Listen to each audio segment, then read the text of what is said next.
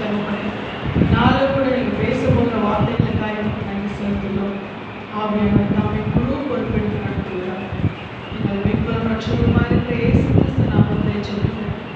ஜீவனுள்ள நல்ல பிதாவே, ஆமென். கடந்த வாரத்திலே நாம் 1 சாமுவேல் 17ஆம் அதிகாரத்திலே நாம் கர்த்தருடைய வார்த்தையை நாம் பார்த்தோம். அதனுடைய தொடர்ச்சியை நான் இன்றைக்கு முடிக்க வேண்டும் என்று தீர்மானித்திருக்கிறேன். அன்படியா இன்றைக்கு கர்த்தருடைய ஆவியானவர் இந்த வார்த்தைகளை கொண்டு வழிநடத்துவார்கள். நாம் இந்த சம்பவத்தை நன்கு அறிந்தவர்கள் தான். நமக்கு இது ஒரு புதிதான சம்பவம் அல்ல.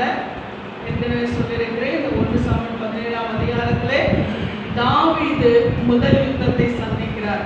அந்த முதல் யுத்தம் பழக்கமில்லாத யுத்தம், அனுபவம் இல்லாத யுத்தம். ஆனால் கர்த்தர் பெரிய வெற்றியை கொடுக்கிறார். அல்லேலூயா. தாவீது சவுல் கொன்றது 1000, தாவீது கொன்றது 10000 என்று சொல்லி அந்த ஒரு யுத்தமே, அந்த முதல் யுத்தமே தாவீதுக்கு ஒரு பெரிய ஜெயத்தை கொடுக்கிறது. அல்லேலூயா. கர்த்தர் ஒரு காரியத்தை நம்மை கொண்டு நடத்துவாரானால் நாம் சூழ்நிலைகளை பார்க்க வேண்டியதில்லை, மனிதர்களை பார்க்க வேண்டியதில்லை, காலங்களை பார்க்க வேண்டியதில்லை, சமயங்களை பார்க்க வேண்டியதில்லை. கர்த்தரை மாத்திரம் பார்க்க வேண்டும். அல்லேலூயா. நாம் கர்த்தரை மாத்திரம் பார்த்து நாம் நடந்து போவோமானால் கர்த்தர் நம்முடைய வாழ்க்கையில் நிச்சயமாய் ஜெயத்தை கொடுக்கிறவராய் இருக்கிறார். அல்லேலூயா. கர்த்தர் நமக்கு கொடுத்த வார்த்தை ஒன்றாக இருக்கும், நடக்கிறது வேறாக இருக்கும். ஆனால் ஒன்னே ஒன்றுதான், நாம் நம்புவது கர்த்தரை மாத்திரம். அல்லேலூயா. இந்த வேளையில கூட இந்த 17ஆம் அதிகாரத்தை நாம் பார்க்கும் பொழுது நாம் போன வாரத்திலே நாம் பார்த்தபடியால் தாவீது தன்னுடைய சகோதரர்களை யுத்த களத்திலே இருக்கிற அவர்களை விசாரிக்கும்படியாக தன்னுடைய தகப்பனாரால் அனுப்பப்படுகிறார். அந்த யுத்த களத்திலே தாவீதுடைய 3 சகோதரர்கள், 3 மூத்த சகோதரர்களும் அவர்கள் நன்கு பயிற்றுவிக்கப்பட்ட யுத்த வீரர்களாய் அவர்கள் அந்த யுத்தத்திலே நிற்கிறார்கள். அது மாத்திரமல்ல, அங்கே இஸ்ரவேலின் சேனைகள் முழுவதும் இருக்கிறது. அங்கே சவுல் ராஜா அவர் இருக்கிறார்.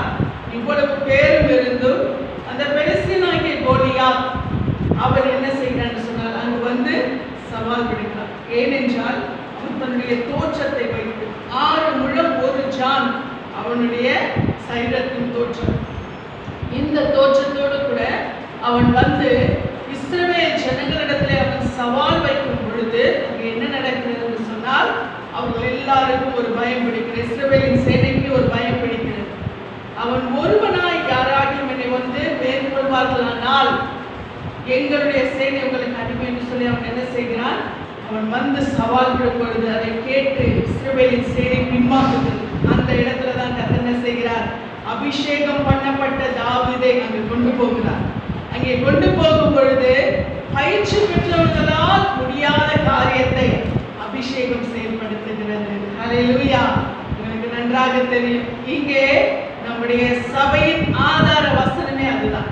பலத்தினாலும் அல்ல, பராக்கிரமத்தினாலும் அல்ல, என்னுடைய ஆவியினாலேயே ஆகும் என்று சேனைகளின் கர்த்தர் சொல்லுகிறார். அல்லேலூயா. அது இங்க வந்து கொடுத்த வசனம் இல்ல, ஆண்டவர் எங்களை அங்கே மஸ்கட்லியா அந்த தேசத்திலே இருந்து எங்களை அனுப்பும் பொழுது அவர் கொடுத்த வசனம். அதைத்தான் இன்றைக்கு வரைக்கும் நம்முடைய சபையின் ஆதார வசனமாக வைத்திருக்கிறோம். நல்ல பலமோ பராக்கிரமோ ஒன்றும் செய்ய கர்த்தருடைய ஆவி எங்கிருக்கிறது அங்கு விடுதலை உண்டு. அல்லேலூயா. இன்றைக்கு வரைக்கும் இந்த சபை கர்த்தருடைய ஆவியை நம்பிதான் இயங்கிக் கொண்டிருக்கிறது. நிச்சயமாய் அது வெற்றியை தான் கொடுக்கும். ஆனால் சூழ்நிலைகள் வேறா இருந்தாலும் நாம் கர்த்தரை மாத்திரம், கர்த்தருடைய ஆவியானவரை மாத்திரம் பற்றி கொண்டு செல்ல வேண்டும். இங்கே அவன் கடந்து போகும் பொழுது அங்கே சூழ்நிலைகள் எல்லாம் வேறா இருக்கிறது. அவன் பார்க்கிறான், யுத்தத்திற்கு சென்றவர்கள், யுத்தத்தை சாதவர்கள் எல்லாரும் அமைதலாய் இருக்கிறார்கள். ஆனால் ஒருவன் மாத்திரம் அந்த பெலிஸ்தியரின் அந்த யுத்த வீரனாய் இருக்கக்கூடிய அந்த கோலியாத் மாத்திரம் என்ன செய்கிறான், வந்து வந்து வந்து என்ன செய்கிறான், சவால் விட்டு விட்டு செல்லுகிறான். அப்போ தாவீதுக்கு ஒரு ஆச்சரியம், என்ன பண்ணிட்டு இருக்காங்க, யுத்தத்துக்கு வந்தவங்க யுத்தத்தை செய்யாம இங்க பயந்துட்டு நிக்கிறாங்களே. தாவீதுக்குள்ள இருந்தது நான் என்ன எத்தனை யுத்தங்களை சந்தித்திருக்கிறேன் என்ற தைரியம் அல்ல. தாவீதுக்குள்ள இருந்தது நான் எவ்வளவு பெரிய நான் ட்ரைனிங் எடுத்திருக்கேன் என்பதல்ல. ஏன்னா அதுல எதுவுமே தாவீது கிட்ட கிடையாது. ஆனால் ஒன்றே ஒன்றுதான், உலகத்தில் இருப்பவனிலும் எனக்குள் இருக்கிறவர் பெரியவர்.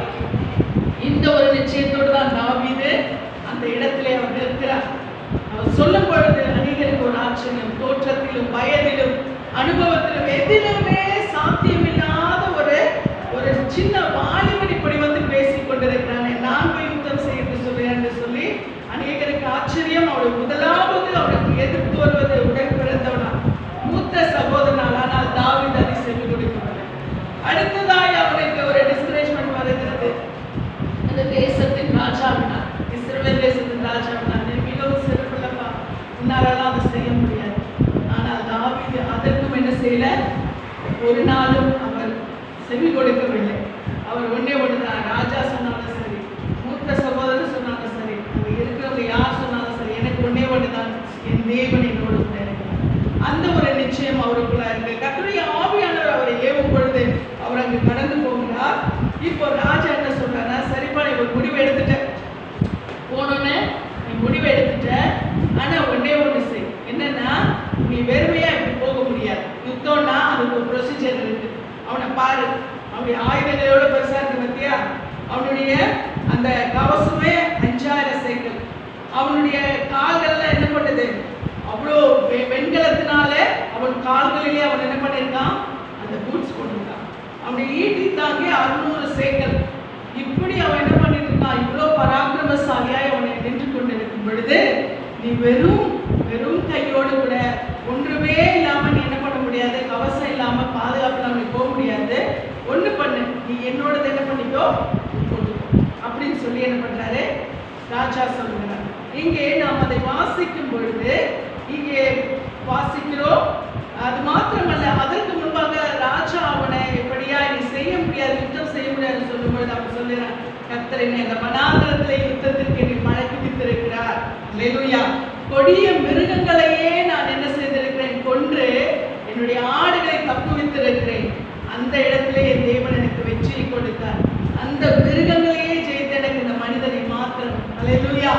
ஆண்டவர் எந்த சூழ்நிலையிலும் என்ன செய்கிறார், அவர் தம்மால் தெரிந்து கொள்ளப்பட்டவர்களுக்கு அவர் பழக்குவித்து அவர் பலப்படுத்துகிறார். அல்லேலூயா. இதற்கு எந்த ஒரு பெரிய ஒரு அமெரிக்காவில் போய் படிச்சுட்டு பைபிள் காலேஜ் படிக்க வேண்டிய அவசியம் இல்லை. பெரிய பெரிய பெரிய பயிற்சி பெற்ற போதகத்துல போய் என்ன பண்ண வேண்டியது, படிக்க வேண்டியதில்லை. ஒன்னே ஒன்றுதான், கர்த்தருடைய ஆவியானவர் கற்றுக் கொடுத்தால் அது எல்லாவற்றிலும் மேலாயிருக்கும். அல்லேலூயா. எல்லாவற்றிலும் அது மகிமையானதாக இருக்கும். கர்த்தருடைய பாதத்துல யார் அமர்ந்து பயிற்றுவிக்கப்படுகிறார்களோ அங்குதான் வெற்றி இருக்கிறது, அங்குதான் நித்தியத்துக்கான வழிநடத்துதல் இருக்கிறது. அல்லேலூயா. இதற்காக இந்த பைபிள் காலேஜ் அந்த பைபிள் காலேஜ் அவசியம் இல்லை. கர்த்தருடைய பாதம், பரிசுத்த ஆவியானுடைய நடத்துதல், அவரோடு கூட நடந்து போகிறார். நடத்துதல் அவர் அருமையா இயற்கையா என்ன பண்ணுவாரு, அவர் பயிற்றுவித்து அவர் நடத்துகிறவராக இருப்பார். இங்கே பார்க்கும் பொழுது தாவீது கர்த்தர் தன்னை பயிற்றுவித்ததை அவர் வெளிப்படுத்தி அந்த தைரியத்தோடு கூட அவர் பேசுகிறார். அப்பொழுது சவுல் ராஜா தன்னுடைய கவசத்தை கொடுக்கிறார். அதை நீங்கள் தொடர்ந்து நீங்க பார்க்கும் பொழுது வாசிங்கள், தொடர்ந்து வாசிங்கள். இந்த 37ஆம் வசனத்துல 17ஆம் அதிகாரம் 37ஆம் வசனம். பின்னும் தாவீது என்னை சிங்கத்தின் கைக்கும் கரடியின் கைக்கும் தப்புவித்த கர்த்தர் இந்த பெலிஸ்தனுடைய கைக்கும் தப்புவிப்பார் என்றார். அப்பொழுது சவுல் தாவீதை பார்த்து போ, கர்த்தர் உன்னுடனே கூட இருப்பாராக என்றார். சவுல் தாவீதுக்கு தன் வஸ்திரங்களை உடுத்துவித்து வெண்கலமான ஒரு சீராவை அவன் தலையின் மேல் போட்டு ஒரு கவசத்தையும் அவனுக்கு தரிப்பித்தார். அவனுடைய பட்டயத்தை தாவீது தன் வஸ்திரங்களின் மேல் கட்டிக்கொண்டு அதிலே அவனுடைய பழக்கமில்லாததினால் நடந்து பார்த்தான். அப்பொழுது தாவீது சவுலை நோக்கி, நான் இவைகளை போட்டுக்கொண்டு போகக்கூடாது, இந்த அபியாசம் எனக்கு இல்லை என்று சொல்லி அவைகளை களைந்து போட்டு தன் தடியை கையிலே பிடித்து கொண்டு ஆற்றில் இருக்கிற 5 கூழாங்கல்லுகளை தெரித்தெடுத்து அவைகளை மெய்ப்பருக்குரிய தன்னுடைய அடைப்பையிலே போட்டு தன் கவனை தன் கையிலே பிடித்து கொண்டு அந்த பெலிஸ்தனிடையிலே போனான். இங்க பார்க்கும் பொழுது உடனே சவுல் ராஜா சொல்றாரு, இந்த வார்த்தைகளெல்லாம் கேட்டதும், பின்னும் தாவீது என்னை சிங்கத்தின் கைக்கும் கரடியின் கைக்கும் தப்புவித்த கர்த்தர் இந்த பெலிஸ்தனுடைய கைக்கு தப்புவிப்பார் என்றான். அப்பொழுது சவுல் தாவீதை பார்த்து, போ, கர்த்தர் உன்னுடனே கூட இருப்பாராக என்றான். இந்த வார்த்தைகளை கேட்டதும் சவுலுக்கு ஒரு நம்பிக்கை வந்துச்சு. ஏன்னா அவன் கர்த்தர் மூலமாகத்தான் அவன் ராஜாவாய் அபிஷேகம் பண்ணப்பட்டவன். அதனால அவனுக்கு ஒரு நம்பிக்கை வந்தது. உடனே அவன் ஒன்று சொல்றான், சவுல் தாவீதுக்கு தன் வஸ்திரங்களை உடுத்துவித்து வெண்கலமான ஒரு சீராவை அவன் தலையில் போட்டு ஒரு கவசத்தையும் அவனுக்கு தரிப்பித்தான். அவன் என்ன பண்றான், நீ வெறுமையா போகக்கூடாது, என்னுடைய யுத்தத்திற்குரிய இந்த உடைகளை நீ தரித்து கொண்டு போய் என்று சொல்லி அவனுக்கு என்ன செய்கிறான், இந்த தலைச்சீராவையும் அவனுக்கு கவசத்தையும் கொடுத்து தன் வஸ்திரங்களை அவனுக்கு உடுத்துவித்து விட்டு அவன் அனுப்புகிறான். அப்போ தாவீது என்ன பண்றான்? இது யுத்தத்துக்குரிய ஆடை, இது யுத்தத்திற்கு செல்லும் பொழுது போடக்கூடிய உடை. ஒரு வீரன் யுத்தத்திற்கு செல்கிறான் என்று சொன்னால் அவன் அந்த யுத்தத்திற்குரிய அந்த உடையை தரித்து கொண்டுதான் செல்ல வேண்டும். அப்பொழுதுதான் அவன் சரியான முறையில் யுத்தம் செய்ய முடியும். அவனுக்கு ஒரு பாதுகாப்பு இருக்கு. அந்த பிரகாரமாய் சவுல் அந்த வஸ்திரங்களை அவனுக்கு கொடுத்து விடுகிறார். ஆனால் தாவீது என்ன செய்யணும்னு சொன்னால் அவனுடைய பட்டயத்தை தாவீது தன் வஸ்திரங்களின் மேல் கட்டிக்கொண்டு அதிலே அவனுக்கு பழக்கமில்லாததினால் நடந்து பார்த்தான். அப்பொழுது தாவீது சவுலை நோக்கி, நான் இவைகளை போட்டுக்கொண்டு போகக்கூடாது, இந்த அபியாசம் எனக்கு இல்லை என்று சொல்லுகிறான். ஹல்லேலூயா. அப்படின்னா தாவீதுக்கு ஒரு நம்பிக்கை இருக்கிறது. என்னை இந்த வஸ்திரங்கள் காப்பாற்ற முடியாது, இந்த பட்டயமோ இந்த கவசமோ என்னை என்ன செய்ய முடியாது, என்னை பாதுகாக்க முடியாது. ஏனென்றால் எனக்கு என்று ஒரு வஸ்திரத்தை தேவன் கொடுத்திருக்கிறார். அது என்னது? ஆவியின் வஸ்திரம். ஹல்லேலூயா. அவர் அந்த வஸ்திரத்தை எனக்கு கொடுத்திருக்கிறார். எனக்கு அது நிச்சயமாய் ஜெயத்தை கொடுக்கும். மாம்ச பிரகாரமான பலம் எனக்கு ஒன்றும் செய்யாது, மாம்ச பிரகாரமான பாதுகாப்பு எனக்கு ஒன்றும் செய்யாது. ஆனால் என் தேவனுடைய ஆவியினாலே உண்டாகிற அந்த பாதுகாப்பு என்னை நிச்சயமாய் பாதுகாக்கும். ஹல்லேலூயா. அதை நான் விசுவாசிக்கிறேன் என்று சொல்லி அவர் சொல்லுகிறார். அப்படியானால் அவர் எந்த பாதுகாப்பை நம்பி இருந்தார் அப்படி நாம் பார்க்கும்போதுதான் அப்பொழுதுதான் நமக்கு இந்த எபேசியர் 6ஆம் அதிகாரம் நமக்கு இதற்கு ஒரு மிகப்பெரிய ஆதாரமாய் இருக்கிறது. இந்த எபேசியர் 6ஆம் அதிகாரத்திலே நாம் வாசிக்கும் பொழுது இங்கே நாம் பார்க்கிற பிரகாரமாக என்ன நடக்கிறது என்று சொன்னால் கர்த்தர் சொல்லி இருக்கிறார். என்னன்னு ஆண்டவருடைய வார்த்தை சொல்லுகிறது. 10வது வசனம், 6ஆம் அதிகாரம் 10வது வசனத்திலிருந்து வாசிப்பீர்களானால் 6ஆம் அதிகாரம் எபேசியர் 6:10 வாசிங்க. எபேசியர் 6:10 சீக்கிரமாய் வாசியுங்கள். கடைசியாக என் சகோதரரே, கர்த்தரிலும் அவருடைய சத்துவத்தின் வல்லமையிலும் பலப்படுங்கள். ஹல்லேலூயா. எதுல? கர்த்தரிலும் அவருடைய சத்துவத்தின் வல்லமையிலும். அப்படியானால் தாவீதுக்கு இருந்த ஒரு நம்பிக்கை என்ன தெரியுமா? கர்த்தருடைய சத்துவத்தின் வல்லமை. ஹல்லேலூயா. இந்த ஈட்டியோ இந்த பட்டயமோ இந்த கேடயமோ அல்ல, என் தேவனுடைய சத்துவத்தின் வல்லமை தான் எனக்கு ஜெயத்தை கொடுக்கும் என்று சொல்லி தாவீதுக்கு அன்றைக்கு அந்த நிச்சயம் இருந்தது. அதனால அவர் என்ன செய்கிறார்? கர்த்தருடைய சத்துவத்தின் வல்லமையிலே அவர் பலப்படுகிறவராய் இருக்கிறார். நீங்கள் பிசாசின் தந்திரங்களோடு எதிர்த்து நிற்க திராணி உள்ளவர்களாகும்படி தேவனுடைய சர்வாயுத வர்க்கத்தையும் தரித்துக் கொள்ளுங்கள். ஆமென். ஹல்லேலூயா. அப்படின்னா பிசாசின் தந்திரங்களுக்கு எதிர்த்து நிற்க நாம் திராணி உள்ளவர்களாய் மாற வேண்டுமானால் நாம் தரித்துக் கொள்ள வேண்டியது எதை? தேவனுடைய சர்வாயுத வர்க்கத்தை. ஹல்லேலூயா. தாவீதுக்கு அவர் தன்னுடைய ஆவியிலே தன்னுடைய இருதயத்திலே கர்த்தருடைய ஆவியானவர் கிரியை செய்கிற அந்த சர்வாயுத வர்க்கத்தை அவர் தரித்திருந்தார். கண்களுக்கு புலப்படுகிற எந்த ஈட்டியோ பட்டயமோ கேடயமோ அல்ல, கர்த்தர் கொடுத்த அந்த சர்வாயுத வர்க்கம் அது ஆவிக்குரியதா இருக்கிறது. ஹல்லேலூயா. அதனாலதான் கர்த்தருடைய சத்துவத்தின் வல்லமையிலே பலப்படும்படியாய் நாம் என்ன செய்யணுமா? தேவனுடைய சர்வாயுத வர்க்கத்தை. யாரை எதிர்த்து நிற்க? பிசாசை எதிர்த்து நிற்க. அங்கு நிற்கிறது கோலியாத் என்ற ஒரு மனிதன் அல்ல, கோலியாத்துக்குள்ளே இருக்கிற சத்துரு. ஹல்லேலூயா. தேவனுடைய சேனையை மடங்கடிக்க வேண்டும், அவர்களை வெட்கப்படுத்த வேண்டும் என்று சொல்லி அங்கு நின்றது ஒரு சத்துரு. பிசாசின் கிரியை தான் அங்கே கோலியாத்தின் மூலமாய் செயல்படுகிறது.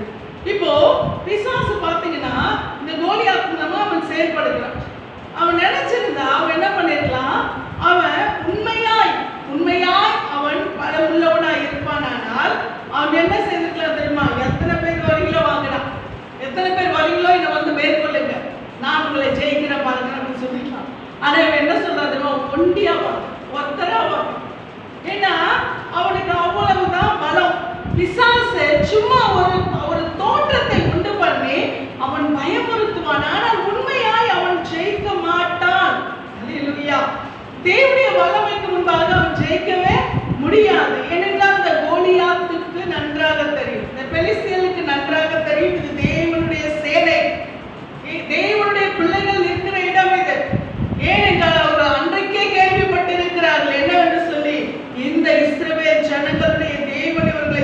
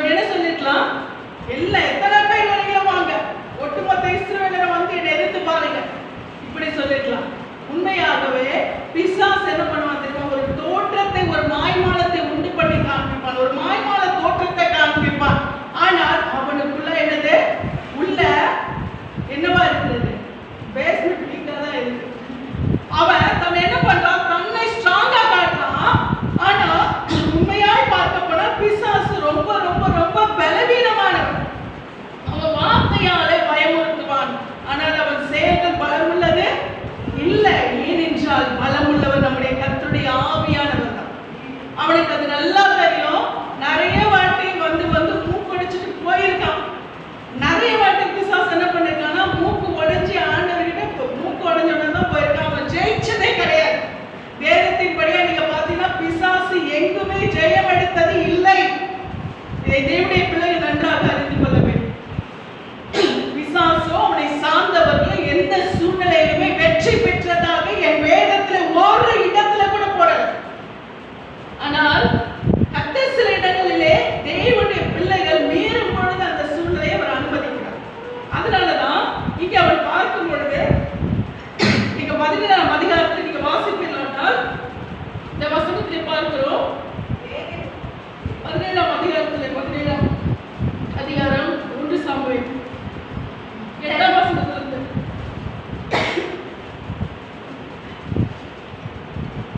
அப்பொழுது அந்த பெலிஸ்தன் எழும்பி தாவீதுக்கு எதிராக கிட்டி வருகையில் தாவீது தீவிரமாய் அந்த சேனைக்கும் அந்த பெலிஸ்தனுக்கும் எதிராக ஓடி தன் கையை அடைப்பதிலே போட்டு அதிலிருந்து ஒரு கல்லை எடுத்து கவனிலே வைத்து சுழற்றி பெலிஸ்தனுடைய நீளமா 1 சாமுவேல் 17ஆம் அதிகாரம் 8ஆம் வசனம்.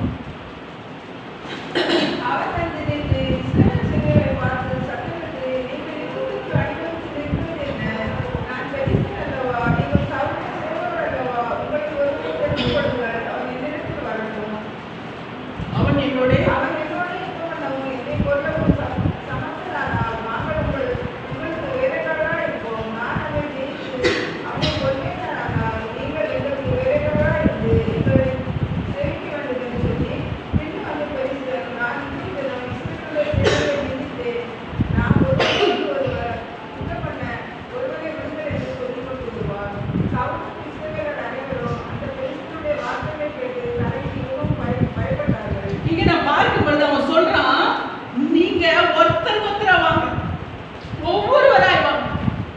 இவனுக்கு இருக்கிற பலம் உண்மையானது என்று சொன்னால் அவன் ஒவ்வொருவராய் அழைக்க வேண்டிய அவசியம் அங்கே இல்லை. அவன் என்ன செய்யலாம், ஒட்டுமொத்தமா எல்லாரும் அவங்க அழைச்சிருக்கலாம். இங்கே ஒன்னே ஒண்ணுதான், பிசாசுக்கு தன் பலம் தெரியும். என்ன பலம்? தான் பலவீனன் என்று சொல்லி தன்னுடைய பலம் இவ்வளவுதான் என்று சொல்லி அவனுக்கு நிச்சயமாகவே தெரியும். ஆனால் தேவனுடைய பிள்ளைகள் தான் என்ன செய்து கொண்டிருக்கிறோம், இன்னும் அவனை பற்றி அறியாமல் இருக்கிறோம். அவனுடைய தோற்றம், அவன் செயல்பாடுகள், அவன் காண்பிக்கிற சூழ்நிலையை கண்டு நாம் பயந்து விடுகிறோம், பின்வாங்கி போய் விடுகிறோம். எந்த சூழ்நிலையுமே தேவனுடைய பிள்ளைகளே நாம் தோற்றத்தை கண்டு பின்வாங்கி போகவே கூடாது. சூழ்நிலைகளை பார்த்து பின்வாங்கவே கூடாது. மனிதர்களுடைய செயல்பாடுகளை கண்டு பின்வாங்கவே கூடாது. அப்பதான் நமக்கு இன்னும் தைரியம் வரணும். என் தேவன் ஏதோ ஒரு பெரிய அசைவை செய்து கொண்டிருக்கிறார், என் தேவன் ஏதோ ஒரு பெரிய காரியத்தை அவர் செய்து கொண்டிருக்கிறார். பிசாசு சூழ்நிலைகளை பார்த்து என்னை சோர்வடைய செய்கிறார். ஆனால் நான் அதுக்கு கலங்க மாட்டேன். அல்லேலூயா. அதுக்கு நான் பயப்பட மாட்டேன். என் ஆண்டவர் எனக்காக ஒரு அசைவை அவர் உண்டு பண்ணி கொண்டிருக்கிறார். இந்த தைரியம், இந்த நிச்சயம், இந்த நம்பிக்கை தேவனுடைய பிள்ளைகளாகிய நமக்கு கண்டிப்பா வேணும். ஏனென்றால் எப்ப இந்த தைரியம் நமக்கு வரும் சொல்லுங்க? சும்மாவே வருமா? சும்மாவே வருமா? தேவனுடைய சர்வாயுத வர்க்கம் நமக்கு எடுக்கப்படும். அந்த சர்வாயுத வர்க்கம் எப்பொழுது நமக்கு கிடைக்கும் சொல்லுங்க? எப்ப கிடைக்கும் சொல்லுங்களேன்? எப்ப கிடைக்கும்? போன வாரத்தோட கண்டினியூஷன் தான் இது. எப்ப கிடைக்கும்? பரிசுத்த ஆவியின் பலன் நம்மோடு கூட இருக்கும் பொழுதுதான். ஏன்னா ஆண்டுடைய வார்த்தை தான் சொல்லியிருக்கு, என்னுடைய ஆவியினாலேயே ஆகும்.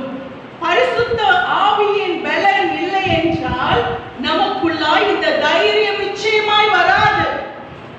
இன்னைக்கு எவ்வளவோ சூழ்நிலைகளை பார்த்தும் இன்றைக்கு நின்று கொண்டிருக்கிறோம் என்று சொன்னால் ஒன்னே ஒண்ணுதான், அதே எங்களுடைய பலம் கிடையாது, என்னுடைய பராக்கிரமம் கிடையாது. ஒன்னே ஒண்ணுதான், என்னது? கர்த்தருடைய ஆவியானவர். அல்லேலூயா. அவர் உள்ளே இருந்து கொண்டு அந்த வைராக்கிய வாஞ்சையுள்ள பரிசுத்த ஆவியை என்ன பண்ணிட்டு இருக்கா தெரியுமா? அவர் உள்ளே இருந்து கொண்டு தைரியத்தை கொடுத்து கொண்டே இருக்க. பயப்படாத, கலங்காத, சூழ்நிலை பார்க்காத. எத்தனை பேர் இருக்காங்க, எத்தனை பேர் இல்லை, அதை பத்தி நீ மைண்ட் பண்ணாத. உனக்கு அதை பத்தி கவலை வேண்டாம். நான் இருக்கிறேன், உனக்குள் இருக்கிற நான் பெரியவர். அல்லேலூயா. இந்த தைரியம் தான் இன்றைக்கு நிற்க வைத்திருக்கிறது. அல்லேலூயா. இந்த பலம் நமக்குள்ளா இருக்குமா எத்தனை கோலியாத் வந்தாலும் மிதித்து விட்டு அவன் மேலே தாவீது என்ன செய்தார் தெரியுமா? அவன் மேலே ஏறி உட்கார்ந்து அவன் கழுத்தை வெட்டுறாரு. அவன் எவ்வளவு பெரிய தைரியம் பாருங்க. இப்படிப்பட்ட தைரியத்தை கர்த்தர் என்ன செய்வார்? பிசாசின் கழுத்தை வெட்டக்கூடிய அந்த தைரியத்தை நம்ம காரணம் பண்ணுவாரு, கொடுப்பார். அல்லேலூயா. இங்கே பார்க்கும் பொழுது ஒன்னே ஒண்ணுதான், கர்த்தருடைய ஆவியானவர் நமக்குள்ளே இருக்க வேண்டும். அந்த சர்வாயுத வர்க்கம் நமக்கு வேண்டும். அல்லேலூயா. இங்கே பார்த்தீங்கன்னா அந்த வார்த்தை தான் இன்றைக்கு நமக்கு பேசி கொண்டிருக்கிறது. என்னன்னு சொல்லிட்டு, நீங்கள் பிசாசின் தந்திரங்களோடு எதிர்த்து நிற்க திராணி உள்ளவர்கள் ஆகும்படி தேவனுடைய சர்வாயுத வர்க்கத்தையும் தரித்து கொள்ளுங்கள். அல்லேலூயா. நமக்கு அந்த திராணி வேணும்னா பிசாசின் தந்திரங்களை எதிர்த்து நிற்க திராணி வேணும். தந்திரமா கூப்பிடுறான். ஒன்னே ஒண்ணு நம்ம புரிஞ்சுக்கணும். கோலியாத்தை எப்படி கூப்பிடுறான்? தந்திரமாய் கூப்பிடுறான். ஒருத்தன் நம்ம தோற்றத்துக்கு ஒருத்தனை நம்ம என்ன பண்ணிடுவோம்? ஜெயிச்சுக்குவோம். அதனால நம்ம என்ன பண்ணிடலாம்?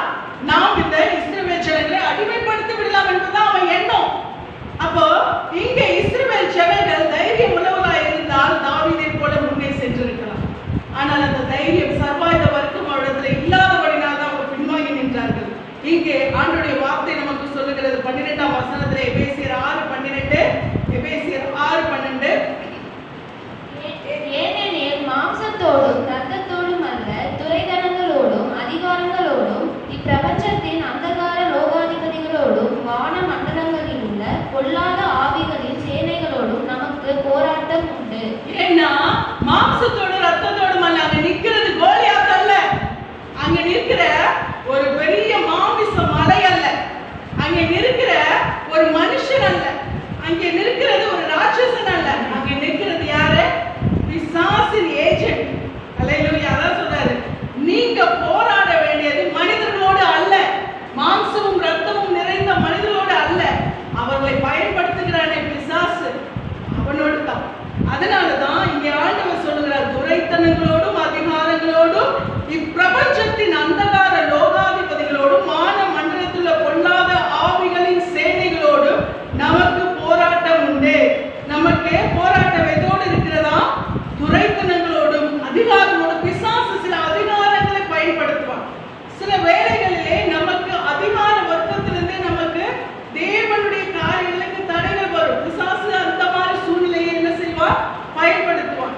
இப்பிரபஞ்சத்தின் அந்தகார லோகாதிபதிகள், வான மண்டலத்தில் உள்ள பொல்லாத ஆவிகளின் சேனைகள். நான் ஏற்கனவே சொல்லியிருக்கிறேன், இந்த வான மண்டலத்தில் பிசாசு தள்ளப்பட்ட பொழுது அங்கே அந்த பிசாசின் சேனைகள் என்ன பண்ணுச்சு? அங்கே நிற்கிறது அந்த வான மண்டலத்தில் பல அடுக்குகளில் ஒரு அடுக்கு என்ன பண்ணிட்டான்? அவன் பிடித்து கொண்டுகிறான். அந்த ஒரு அடுக்கு அவன் பிடித்து கொண்டு என்ன செய்கிறான்னு சொன்னால், அங்கிருந்து நாம் ஜெபத்தை ஏறெடுக்கும் பொழுது என்ன பண்றான்?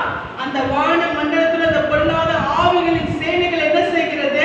நம்முடைய ஜெபம் தேவனுக்கு கடந்து போகாதபடி தடை பண்ணுகிறது. அப்ப நாம் வெறும் மாம்சத்தின் பலத்துல நாம் ஜெபிக்க முடியாது. நாம் வெறும் மாம்சத்தின் பலத்துல என்ன பண்ண முடியாது? நாம் ஜெபித்தால் நாம் ஜெயத்தை பெற்றுக்கொள்ள முடியாது. ஆவியானுடைய பலம் நமக்கு இருந்தால் மட்டும்தான் நாம் அந்த பிசாசின் செயல்பாடுகளை நாம் என்ன பண்ண முடியும்? ஜெயிக்க முடியும் என்பதும் கர்த்தர் நமக்கு சொல்லியிருக்கிற ஒரு நிச்சயமான காரியம். அதனால நாம் கர்த்தருடைய பலத்திலே நின்று நாம் என்ன பண்ணணும்? சாத்தானை ஜெயிக்கிறவர்களாய் நாம் காணப்பட வேண்டும் என்று சொல்லி கர்த்தருடைய வார்த்தை நமக்கு சொல்லுகிறது. அப்போ நாம் பிசாசை ஜெயிக்க வேண்டுமானால் நாம் வெறும் மாம்சத்தின் பலத்தோடு கூட ஜெயிக்க முடியாது. அதனால இங்க ரோமர்ல நாம் வாசிக்கும் பொழுது 8ஆம் அதிகாரத்தில் நாம் வாசிக்கிறோம். 26, 27 வாசிங்க. ரோமர் 8, 26, 27. அந்தபடியே ஆவியானவரும் நமது பலவீனங்களில் நமக்கு உதவி செய்கிறார். நாம் ஏற்றபடி வேண்டிக் கொள்ள வேண்டியதின்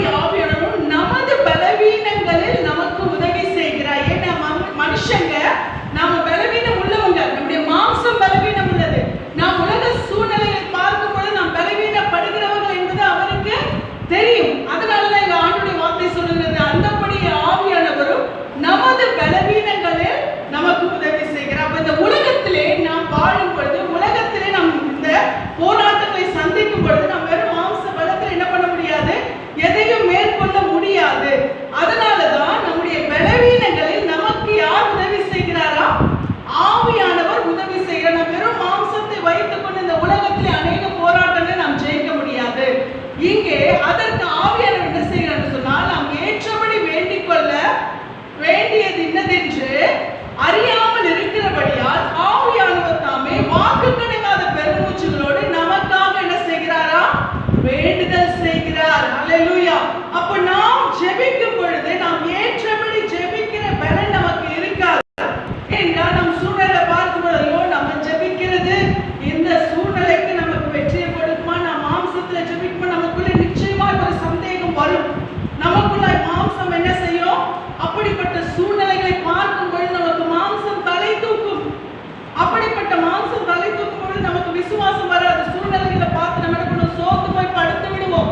சூழ்நிலைகள் எல்லாம் எனக்கு எதிராக இருக்கிறது, இந்த சூழ்நிலை நான் ஜெபிச்சா ஜெபமா கேட்கப்பட போகுது அப்படின்னு சொல்லி நாம் மாம்சத்துல இருந்தோமானால் நிச்சயமாய் அந்த சோர்வு நம்மை ஜெயமெடுக்க வைக்காது. அப்ப நாம் பரிசுத்த ஆவியின் பலனை பெற்றவர்களாக இருக்கும் பொழுது நாம் என்ன செய்ய வேண்டும் என்று சொன்னால் அந்த பரிசுத்த ஆவியோட அபிஷேகத்தை நிரம்பி நாம் ஜெபிக்கணும். அநேக வேளைகளிலே சூழ்நிலைகள் எங்களுக்கு சாதகமாக இருந்தது. அப்படிப்பட்ட சூழ்நிலை ஒரு மாம்சம் என்ற ஒரு காரியம் என்ன செய்யும்? சூழ்நிலைகளை பார்த்து சோர்வடைய செய்யும். அப்போ ஒன்னே ஒன்றுதான், பரிசுத்த ஆவியானுடைய உதவியை நாடும். ஃபுல்லா எந்த வார்த்தையுமே மாம்சத்துல வராது. ஆண்டவரே இதை செய்யுங்கப்பா, ஏசப்பா இதுக்கு உதவி செய்யுங்கப்பா அப்படின்னு ஜெபிக்க மாட்டோம். ஃபுல்லா அந்நிய பாஷை, ஃபுல்லா கர்த்தருடைய சமூகத்தில் அந்த அந்நிய பாஷையை ஜெபித்துக் கொண்டே இருக்கும் பொழுது இது யார் பேசுகிறது? ஆவியானவர் நம்முடைய ஜெபத்திலே நமக்கு என்ன செய்கிறார்? அவர் உதவி செய்கிறார். அப்ப அந்த வார்த்தை என்ன செய்கிறது? நமக்காக வாக்கு கடங்காத பெருமூச்சுகளோடு என்ன பண்ணுது? வேண்டுதல் செய்கிறது. நாம் பலவீனம் உள்ளவர்களாய் நாம் மாம்சத்தில் நாம் வாயின் வார்த்தைகளினாலே நாம் பேசுகிற பாஷையை நாம் ஜெபித்தோமானால் அதை பிசாசு என்ன பண்ணுவான்? நிச்சயமாய் தடை பண்ணுவான். அதனாலதான் ஆவியானுடைய பலம் நமக்குள்ளே இறங்குகிறது. அந்த ஆவியானவர் வாக்கு கடங்காத பெருமூச்சுகளோடு நமக்காக நமக்குள்ளிருந்து அவர் வேண்டுதல் செய்கிறார். அல்லேலூயா. எப்படி? அந்நிய பாஷை. அப்போ அவர் அந்த வாக்கு கடங்காத பெருமூச்சுகளோடு வேண்டுதல் செய்யும் பொழுது நாம் சூழ்நிலை பார்த்து நாம் சோர்ந்து போகிற நிலைமை வராதபடிக்கு அவர் அந்த அந்நிய பாஷையிலே வாக்கு கடங்காத பெருமூச்சுகளோடு அவர் வேண்டுதல் செய்யும் பொழுது இங்க என்ன செய்கிறது என்று சொன்னால் அவர் நமக்கு இந்த வார்த்தைகளாலே நமக்கு உதவி செய்கிறார், நமக்கு ஜெயத்தை கொடுக்கிறார். அது மாத்திரமல்ல, 27ஆம் வசனம் சொல்லுகிறபடியா ஆவியானவர் தேவனுடைய சித்தத்தின்படியே பரிசுத்தவான்களுக்காக வேண்டுதல் செய்கிறபடியா இருதயங்களை ஆராய்ந்து பார்க்கிறவர் ஆவியின் சிந்தை என்னதென்று அறிவார். அப்ப ஆவியானவர் என்ன செய்கிறாரா? அவர் சும்மா ஒன்றும் பரிசுத்த ஆவியில வந்து நமக்கு அந்நிய பாஷையிலே அவர் ஜெபிக்க மாட்டார். எப்படின்னா தேவனுடைய சித்தத்தின் படியாய் காரியங்கள் நடைபெற்றுபடிக்க நாம ஏதாவது ஒரு மாம்சத்துல நினைச்சுக்கிட்டு அது நடக்கணும்னு நாம ஆவியானவர் எனக்கு உதவி செய்யணும் அவர் என்ன பண்ண மாட்டாரு? உதவி செய்ய மாட்டார். அப்ப அவர் என்ன பண்றாரா? தேவனுடைய சித்தத்தின் படியாய் ஆவியானவர் என்ன பண்றாரு? அவர் அப்படியாய் நமக்காக ஜெபிக்கிறார்.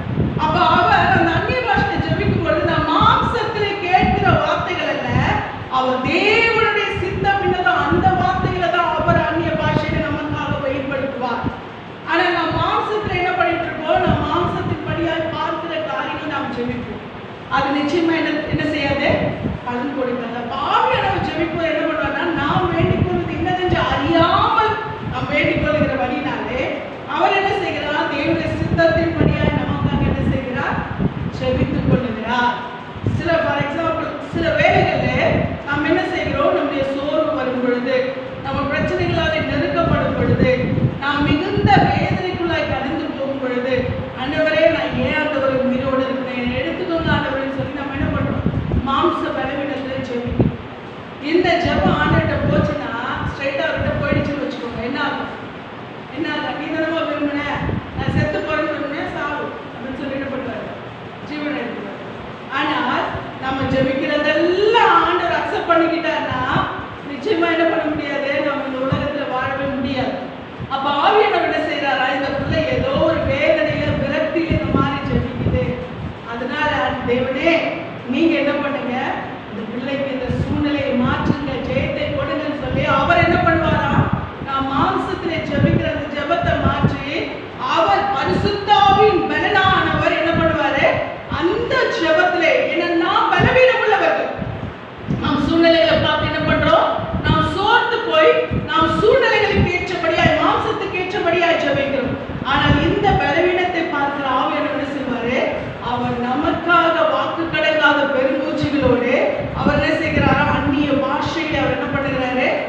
வேண்டுதல் செய்கிறார். அப்போ அவருடைய ஜெபம் நம்ம ஜெபிக்கிற ஜெபத்தை கொண்டு போறதா இல்ல. அந்த ஆவியானவர் ஜெபிக்கிற ஜெபம் எப்படியா இருக்கும் என்று சொன்னால், அவர் நீ நிச்சயமாய் வெற்றியை கொடுப்பேன், இந்த சூழ்நிலைகளை நீ மாற்றுவேன், இந்த பிள்ளைக்கு இந்த சூழ்நிலை எழுந்து நிமிர்ந்து நிற்க செய்வேன் என்று சொல்லி நமக்காக என்ன செய்கிறார்? அவர் வாக்கு கடங்காத பெருமூச்சுகளோடு வேண்டுதல் செய்கிறார். அது மாத்திரமல்ல, நாம் சாக வேண்டும் என்பது தேவனுடைய சித்தம் அல்ல, நாம் வாழ வேண்டும் என்பதுதான் தேவனுடைய சித்தம். நாம் தோல்வி அடைய வேண்டும் என்பது தேவனுடைய சித்தம் அல்ல, நாம் வெற்றியை காண வேண்டும் என்பதுதான் தேவனுடைய சித்தம். அப்ப நாம் நெகட்டிவா ஜெபிக்கும் பொழுது ஆவியானவர் என்ன பண்றாரா? தேவனுடைய சித்தத்தின்படி அவர் பாசிட்டிவா ஜெபிக்கிறார். ஹல்லேலூயா. அதனாலதான் அநேக வேளையில நாம ஜெபிக்கிற நெகட்டிவான ஜெபங்கள் தேவனிடத்துல போகிறது இல்லை. இல்லைன்னா என்னைக்கோ நம்ம என்ன பண்ணிருப்போம்? மண்ணுக்கு இரையாகி. ஹல்லேலூயா. அவர் நம்மேல் கரிசனை உள்ளவர், அவர் நம்மேல் அக்கறை உள்ளவர், நாம் ஜெயிக்க வேண்டும் என்று அவர் சித்தம் வைத்திருக்கிறார். ஆனா ஒன்னே ஒண்ணுதான், இப்படிப்பட்ட பவர்ஃபுல்லான ஆவியானுடைய பலம் நம்மோடு கூட இருக்கிறதா? நமக்குள்ளே இருக்கிறதா? அந்நிய பாஷையில நான் ஜெபிக்கிற எத்தனை பேர் அந்த வாஞ்சையோடு கூட இருக்கீங்க? எத்தனை நான் ஜெபிக்கும் பொழுது நான் வாயின் வார்த்தையால் அல்ல, நான் அந்நிய பாஷையில ஜெபிக்கிறேன், எத்தனை பேருக்கு அந்த வாஞ்சை இருக்குது? கேளுங்க ஆண்டவர்கிட்ட, ஆண்டவரே நான் மாம்சத்தின் வார்த்தையில ஜெபிக்கிறவனே, ஜெபம் எல்லாமே தோல்வியாக போகிறது ஆண்டவரே, எனக்கு ஆவியானுடைய பலம் வேண்டும், ஆவியானுடைய துணை வேண்டும், என்னை அந்நிய பாஷையில ஜெபிக்கிற அந்த வரத்தை கொடுங்க. ஏன்னா ஆண்டவருடைய வார்த்தை சொல்ல நவமான பாஷைகள் ஆண்டவர் கொடுக்கிறது, அதுவும் ஒரு வரம் தான்.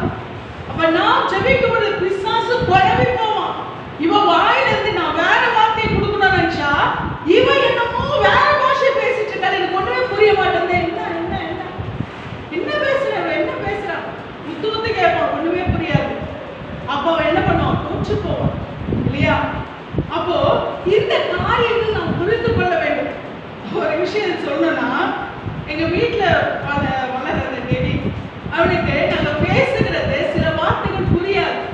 சில வார்த்தைகள் புரியாத போது நாங்க பேசுவோம், ஏதாவது சொல்லும் பொழுது அவன் என்ன பண்ண தெரியுமா? என்ன பேசணும் புரியாததுனால, அவனுக்கு அந்த வார்த்தை புரியாததுனால இப்படின்னுவான், இப்படின்னுவான், இப்படின்னுவான், இப்படின்னுவான், இப்படின்னுவான், இப்படியே தான் தலையை ஆட்டி ஆட்டி என்ன பண்ணுவான்? அவன் எக்ஸ்பிரஷனை புரிஞ்சுக்கிறதுக்கு என்ன பண்ணுவான்? அவன் ட்ரை பண்ணுவான். புரியல, அவனுக்கு பேசுறது புரியாததுனால தலையை ஆட்டி ஆட்டி என்ன பண்ணுவான்? எக்ஸ்பிரஷன் என்ன பண்ணுவான்? வெளிப்படுத்துவான். அப்ப என்னது? நம்ம பேசுறது புரியல அவனுக்கு, அப்படியே நம்ம தெரிஞ்சுக்கணும். நீங்க பிசாசு அப்படிதான், இப்படி இப்படி இப்படின்னுவான், ஒண்ணுமே கேட்காது, காதுல ஒண்ணுமே என்ன பண்ணாது, விழாது. என்ன பேசுறானே புரியலையா? ஆனா என்ன வந்துடும்? ஜெயம் அங்கிருந்து நமக்கு வந்துவிடும், வெற்றி நமக்கு வந்துவிடும். ஏனென்றால் பேசுகிறது யாரு? பரிசுத்த ஆவியானவர். அவனுக்கு ஒன்றும் புரியாது, அவன் தோற்று போவான். நாம் நிச்சயமா தேவ பிள்ளைகளை, ரட்சிக்கப்பட்ட தேவ பிள்ளைகளுக்கு நமக்கு எப்படி நம்ம மாம்சத்துல இந்த உலகத்துல உயிர் வாழணும்னா, மாம்சத்துல உலகத்துல உயிர் வாழணும்னா நமக்கு தண்ணி எப்படி அவசியமோ, நமக்கு காற்று எப்படி அவசியமோ, நமக்கு சாப்பாடு எப்படி அவசியமோ, நமக்கு இருப்பிடம் எப்படி அவசியமோ, நமக்கு உடை எப்படி அவசியமோ, அதே போல ரட்சிக்கப்பட்ட ஒவ்வொரு தேவ பிள்ளைக்கும் பரிசுத்த ஆவியானுடைய அபிஷேகம் ரொம்ப ரொம்ப முக்கியம். அப்படி இல்லைன்னா நாம் கிறிஸ்தவர்களா இந்த உலகத்தை ஜெயிக்கவே முடியாது. ஏன்னா ஒவ்வொரு இன்ச் பை இன்ச் பிசாசு நம்மை பின்தொடர்ந்து கொண்டிருக்கிறது எத்தனை பேருக்கு தெரியும்? பிசாசு நம்மை பின்தொடர்ந்து வந்து கொண்டிருக்கிறான். எங்க இவனை விழுவான், எங்க இவனை தள்ளலாம், எங்க இவனை தள்ளலாம், எங்க இவனை மடங்கடிக்கலாம், எங்க இவனை கர்த்தருக்கு விரோதமான காரியங்களை செய்ய வைக்கலாம் என்று சொல்லி நம்மை பின்தொடர்ந்து கொண்டிருக்கிறான். கர்த்தர் நம்மை சுமந்து கொண்டிருக்கிறார், பிசாசு நம்மை பின்தொடர்ந்து கொண்டிருக்கிறார். ஆனால் நாம் ஒன்றே ஒன்றுதான், எல்லாவற்றிலும் நாம் ஆவியானுடைய பலனிலே நிற்க வேண்டும். அப்படி நின்றால் மாத்திரம்தான் நாம் இந்த உலகத்திலே எல்லாவற்றையும் ஜெயிக்க முடியும், பிசாசை ஜெயிக்க முடியும். அதற்கு தான் கர்த்தர் ஆண்டவராகிய இயேசு கிறிஸ்து சொல்கிறார், நான் போய் உங்களுக்கு தேற்றவாளனை அனுப்புறேன், அவர் வந்து சகல சத்தியத்திற்குள் உங்களை நடத்துவார், கற்றுக் கொடுப்பார், கண்டித்து உணர்த்துவார், அவர்களுக்கு தேற்றவாளனாய் இருப்பார். அவர் இல்லாமல் வாழுகிற கிறிஸ்தவ வாழ்க்கை தோல்வி. பரிசுத்த ஆவியானவர் இல்லாமல் நான் கிறிஸ்தவன் என்று ஒருவர் கூட சொல்லவே முடியாது.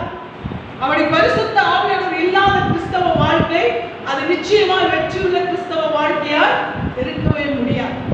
அப்ப நாம் உண்மையா பரிசுத்தாவுடைய பலனை நாம் பெற்றுக்கொண்டவளா இருக்க வேண்டும். இந்த பலனை பெற்றுக்கொள்கிறதற்கு நாம் என்ன செய்கிறோம்? இந்த பலனை பெற்றுக்கொண்ட உள்ளவர்களுக்கு தான் இந்த சர்வாயுத வர்க்கம் என்ன செய்கிறது? உதவி செய்கிறதா இருக்கிறது.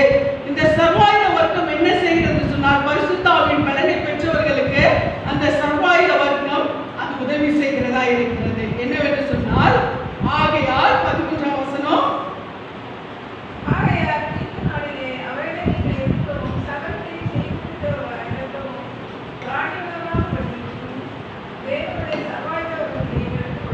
ஆகையால் தீங்கு நாளிலே அவைகளை நீங்கள் எதிர்க்கவும் சகலத்தை செய்து முடித்தவர்களாய் நிற்கவும் திராணி உள்ளவர்கள் ஆகும்படிக்கு தேவனுடைய சர்வாயுத வர்க்கத்தை எடுத்துக் கொள்ளுங்கள்.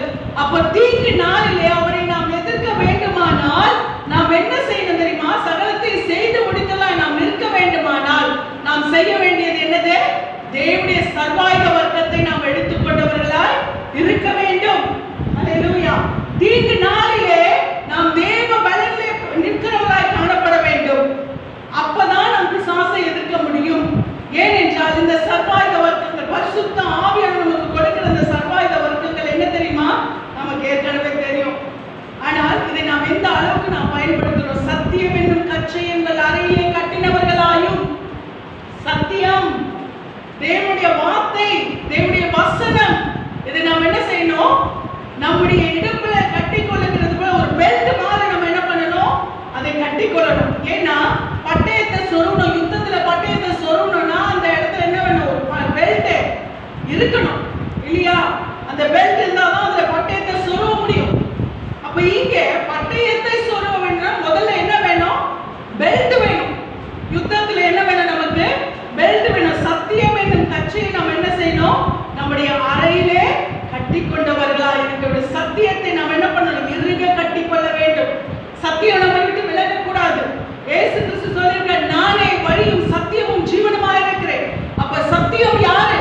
இயேசு கிறிஸ்து. அவரை நாம் என்ன செய்யணும்? இறுக பற்றி கொள்ள வேண்டும். அடுத்து நீங்க பாத்தீங்கன்னா, நீதி என்னும் மார்க்கவசத்தை தரித்தவர்களாயும், நீதியின் சூரியனாய் இருக்கிற இயேசு கிறிஸ்து நமக்கு என்னவாய் இருக்கிறார்? அவர் நமக்கு ப்ரொடெக்ஷனை கொடுக்கிறார். இந்த மார்க்கவசம் என்ன செய்கிறது? நமக்கு ஒரு பாதுகாப்பை கொடுக்கிறது இல்லையா? பிரதான ஆசாரியன் தேவனுடைய சமூகத்திலே அவன் நிற்கிறவனாய் இருக்கிறான். அந்த பிரதான ஆசாரியன் தன்னுடைய மார்க்கவசமாய் அவன் என்ன செய்வான் என்று சொன்னால், அந்த 12 கோத்திரங்களுடைய கற்களை என்ன செய்வான்? அவன் தன்னுடைய மார்க்கவசத்திலே தரித்திருப்பான். அப்படின்னா அந்த 12 கோத்திரங்களுக்காகவும் அந்த பிரதான ஆசாரியன் என்ன செய்கிறான்? அவன் தேவனுடைய சமூகத்தில் நிற்கிறான் என்ற அர்த்தம். இன்றைக்கு நம்முடைய பிரதான ஆசாரியராய் இருக்கிற இயேசு கிறிஸ்து நம்மை என்ன செய்து கொண்டிருக்கிறார்? நம்முடைய இருதயத்திலே வைத்திருக்கிறார். ஹல்லேலூயா. இந்த ரட்சிக்கப்படாத புறஜாதிகளாய் இருந்த நம்மையும் அவர் என்ன செய்தார்? ரட்சித்து அந்த இஸ்ரவேலுக்குரிய அந்த பங்கை நமக்கு கொடுத்திருக்கிறார். அப்போ ஆண்டவராகிய இயேசு கிறிஸ்து நம்ம என்ன செய்திருக்கார்? நீதியாகிய கிறிஸ்து நம்மை மார்க்கவசமாய் அவர் தரித்திருக்கிறது போல அவருடைய பாதுகாப்பை நம்ம என்ன செய்யணும்? எப்பொழுது பெற்றோராக இருக்கணும். அவருடைய மார்பிலே இருக்கிறவங்க தான் என்ன செய்ய முடியும்? அந்த பாதுகாப்பை பெற்றுக்கொள்ள முடியும். யோவான் எப்பொழுதும் தேவனுடைய மார்பிலே சாய்ந்து கொண்டிருந்தான். இயேசு கிறிஸ்து மார்பிலே அவன் சாய்ந்து கொண்டிருந்தான். ஏன்னா அவன் எப்படி நான் க்ளோஸா ஏசப்பாக்கு ரொம்ப அருகில இருந்தான். அப்ப நாம் அவருக்கு ரொம்ப அருகில இருந்தாதான் இந்த பாதுகாப்பை நம்ம என்ன செய்ய முடியும்? நாம் பெற்றுக்கொள்ள முடியும். அப்ப நீதியாகிய இயேசு கிறிஸ்துவின் பாதுகாப்பை நாம் என்ன செய்யணுமா? பெற்றுக்கொள்ள வேண்டும். நீதி என்னும் மார்க்கவசத்தை நாம் என்ன செய்யணும்? தரித்தவர்களாய் இருக்கணும். அப்ப கர்த்தருடைய வார்த்தை என்ற நீதியிலே நாம் நடக்கிறவர்களாய் இருக்க வேண்டும். அதை நாம் எப்பொழுதும் கட்டி கொண்டிருக்கும் பொழுது நாம் அந்த பாதுகாப்பில் இருக்கிறவர்களாய் இருக்கிறோம். அது மாத்திரமல்ல, சமாதானத்தின் சுவிசேஷத்துக்குரிய ஆயத்தம் என்னும் பாதரட்சையை கால்களிலே கொடுத்தவர்களாயும். அப்படின்னா சமாதானத்தின் சுவிசேஷத்துக்குரிய ஆயத்தம். அப்ப நம்ம எப்பவும் சமாதானத்தின் சுவிசேஷத்துக்குரிய ஆயத்தம். நாம் எப்பவும்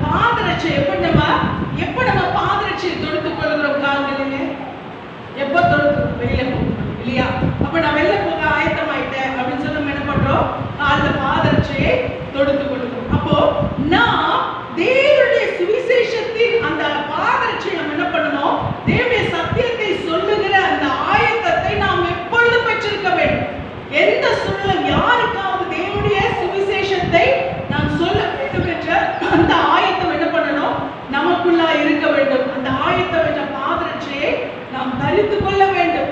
அந்த ஆயத்தம் இருந்தால்தான் நம்ம ஆத்துமாக்களை ஆதாயப்படுத்த முடியும். சபை என்ன பண்ணாது, வெறுமையா இருக்காது. ஒரு கிறிஸ்தவனுக்குரிய கடமை இது, ஒரு ரட்சிக்கப்பட்ட தெய்வ பிள்ளைக்குரிய கடமை இது. நாம் ரட்சிக்கப்பட்டது நமக்கு மாத்திரம் இந்த ரட்சிப்பை வைத்துக் கொள்ளுகிறதற்கு அல்ல, இந்த ரட்சிப்பை மற்றவர்களுக்கு பிரசித்தப்படுத்துகிறது. எப்பொழுதும் நாம் ஆயத்தமாயிருக்கணும். யாருக்காவது ஒருத்தருக்கு நான் ஆண்டவருடைய சுவிசேஷத்தை சொல்ல வேண்டும் என்ற அந்த ஆயத்தம் எப்பொழுதும் நமக்கு என்ன பண்ணணும், இருக்கணும். அதனால இந்த ஆயத்தம் எப்பொழுது நமக்கு சும்மாவே எல்லாருக்கும் வருதில்லை. ஏன் வருதில்லைன்னா அந்த பரிசுத்தாவுடைய அபிஷேகம் இல்லை. அது இருந்தாலும் அந்த வாஞ்சி, அந்த வெறி இருக்கும், அந்த வைராக்கியம் இருக்கும்.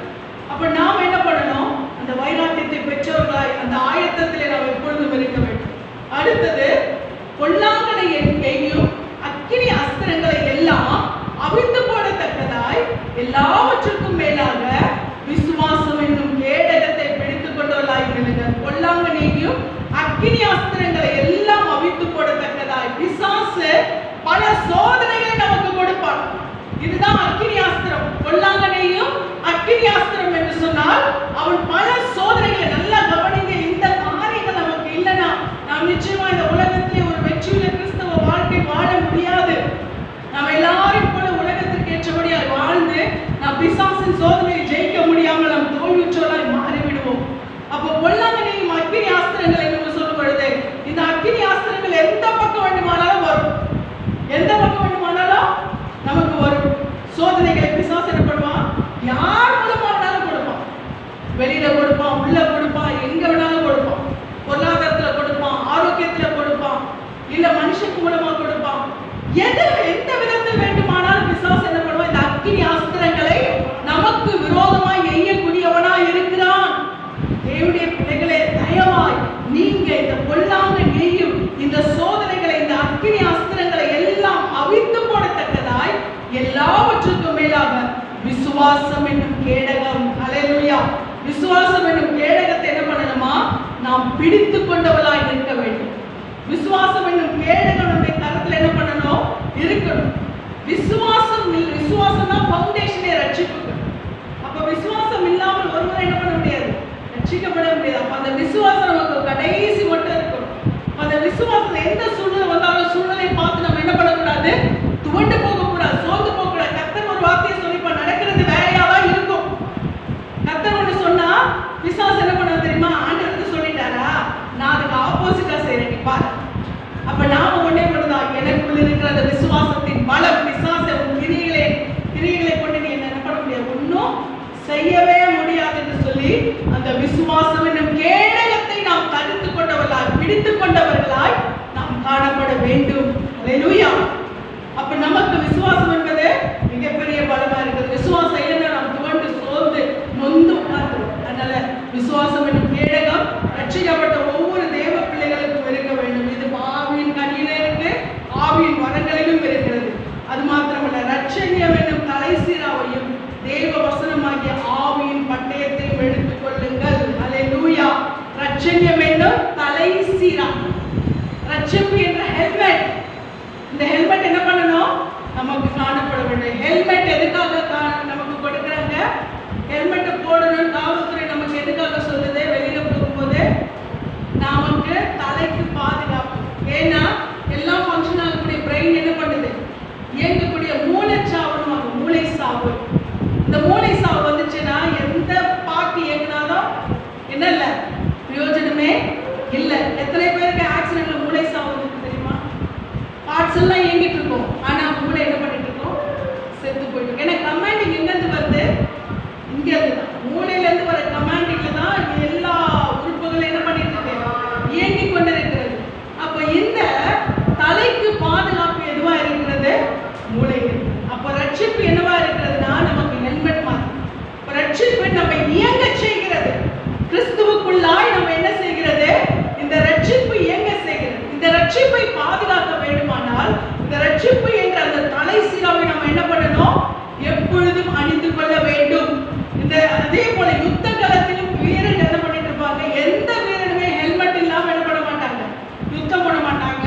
அன்னையில இருந்து இன்னைக்கு வரைக்கும், இன்னைக்கு கூட ஹெல்மெட் போட்டு தான் என்ன பண்ணுவாங்க, வீரர்கள் என்ன பண்ணுவாங்க, யுத்தம் செய்வாங்க.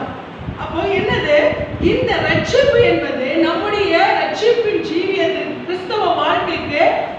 தலைச்சீராவா இருக்கிறது. நம்முடைய ரட்சிப்பு என்ன பண்ணணும்?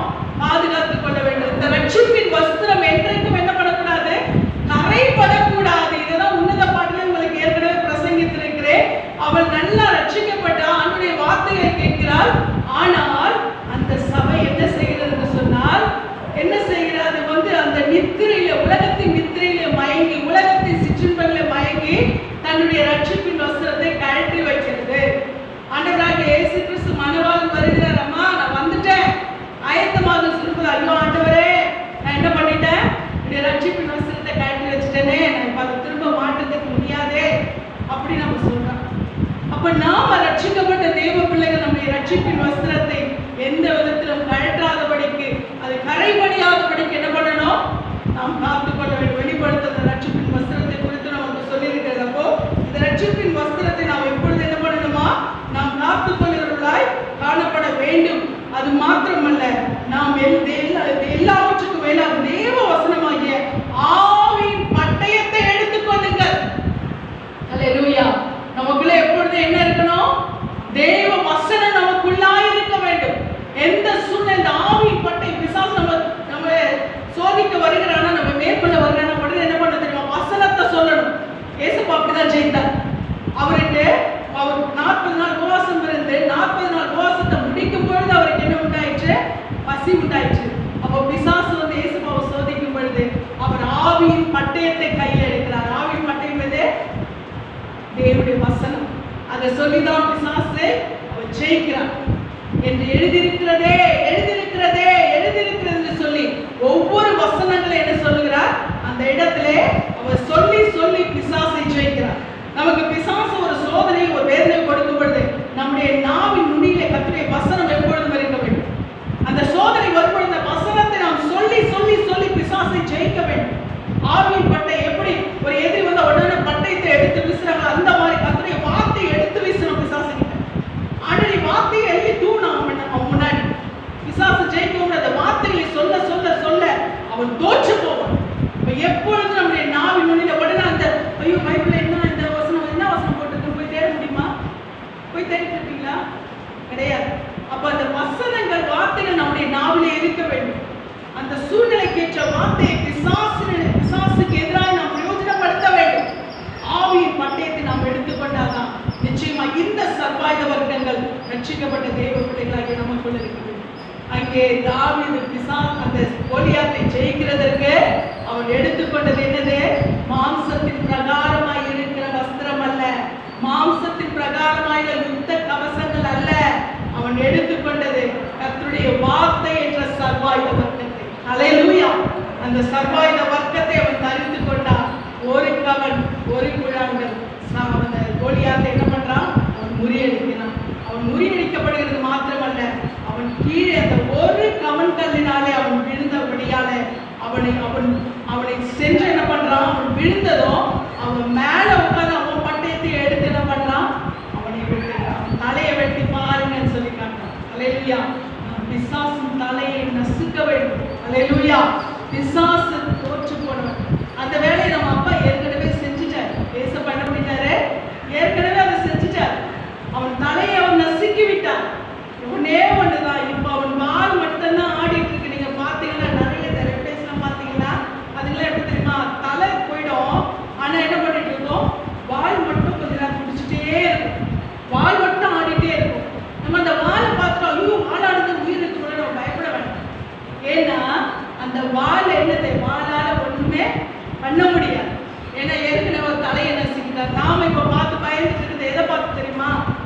வாழை பார்த்து தான் பயந்துட்டு இருக்கோம். ஐயோ வாழை ஆடுது ஆடுது ஆடுதுன்னு நம்ம என்ன பண்ணிட்டு இருக்கோம்? வாழை பார்த்து பயந்துட்டு இருக்கோம். ஆண்டவர் நமக்கு அந்த பெரிய வேலையெல்லாம் அவர் செஞ்சு முடிச்சுட்டார். நமக்கு இப்போ ஒன்னே ஒண்ணுதான், அவன் வாழை மட்டும்தான், ஒண்ணுமே கிடையாது. அந்த வாழை பார்த்து நம்ம பயப்படவே கூடாது. அப்ப இன்றைக்கு ஆண்டவர் அதற்காக நமக்கு இந்த சர்வாயுத வர்க்கங்களை கொடுத்துருக்காங்க. பல ஆயிரம் வருஷமா இந்த வாழை ஆட்டிட்டு தான் நம்மளை பயந்துட்டு இருக்காங்க. நான் இருக்கிறேன்னு காட்டிட்டு இருக்கான். ஆனா ஒண்ணுமே இல்லை, தலை நசுக்கப்பட்டாச்சு.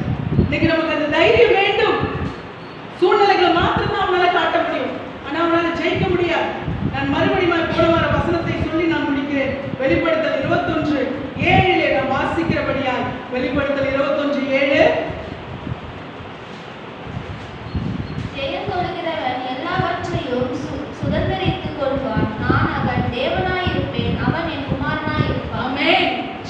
கொள்ளுகிறவன் எல்லாவற்றையும் சுதந்தரித்துக் கொள்வான். ஹல்லேலூயா. அவன் உன்னதத்துக்கும் அதிபதி. அந்த அதிகாரத்தை என்ன பண்ற?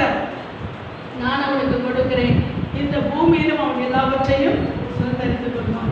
இன்றைக்கு நாம் எப்படிப்பட்டவர்களாக இருக்கிறோம்?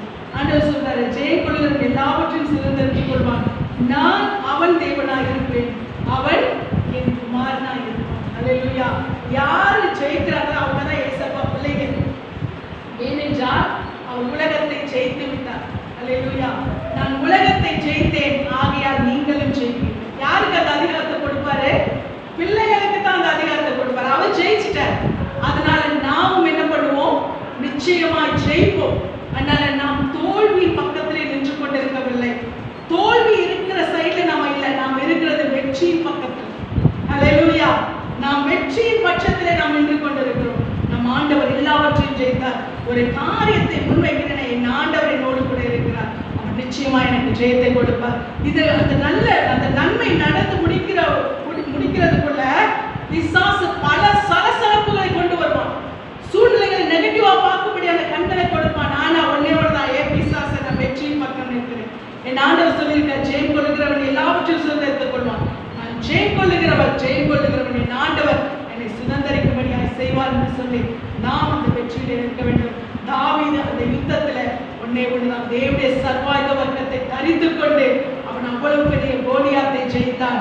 அவனுக்கு ஒன்றுதான், நான் தரித்திருப்பது ஆவியின் வஸ்திரம், சர்வாயுத வர்க்கங்களை நான் தரித்து கொண்டிருக்கிறேன், அதனால எனக்கு எந்த சூழ்நிலை பெறுதல் என்று சொல்லி அவன் ஜெயித்தது போல இன்றைக்கு தேவ பிள்ளைகளே, நாம் தேவனுடைய பிள்ளைகளாக இருக்கிறோம், நாம் ஜெயம் கொள்ளுகிறவர்களாக இருக்கிறோம். இந்த ஜெயத்தை நாம் பெற்றுக்கொள்ள தேவனுடைய சர்வாயுத வர்க்கத்தை தரித்துக் கொள்ளலாம் இருக்க வேண்டும். தேவனுடைய சர்வாயுத வர்க்கத்தை நாம் தரித்துக் கொள்ள வேண்டுமானால் கர்த்தருடைய ஆவியின் பலனிலே நாம் நிற்க வேண்டும். நாம் அப்படி நிற்போமானால் நிச்சயமாய் வெற்றி நமக்கு. ஹல்லேலூயா. கர்த்தருடைய சார்பிலே நிற்கிற நம்மை கர்த்தர் வெற்றியின் பிள்ளைகளாய் மாற்றுவார். கர்த்தருடைய நாமத்துக்கு மகிமை உண்டாவதாக.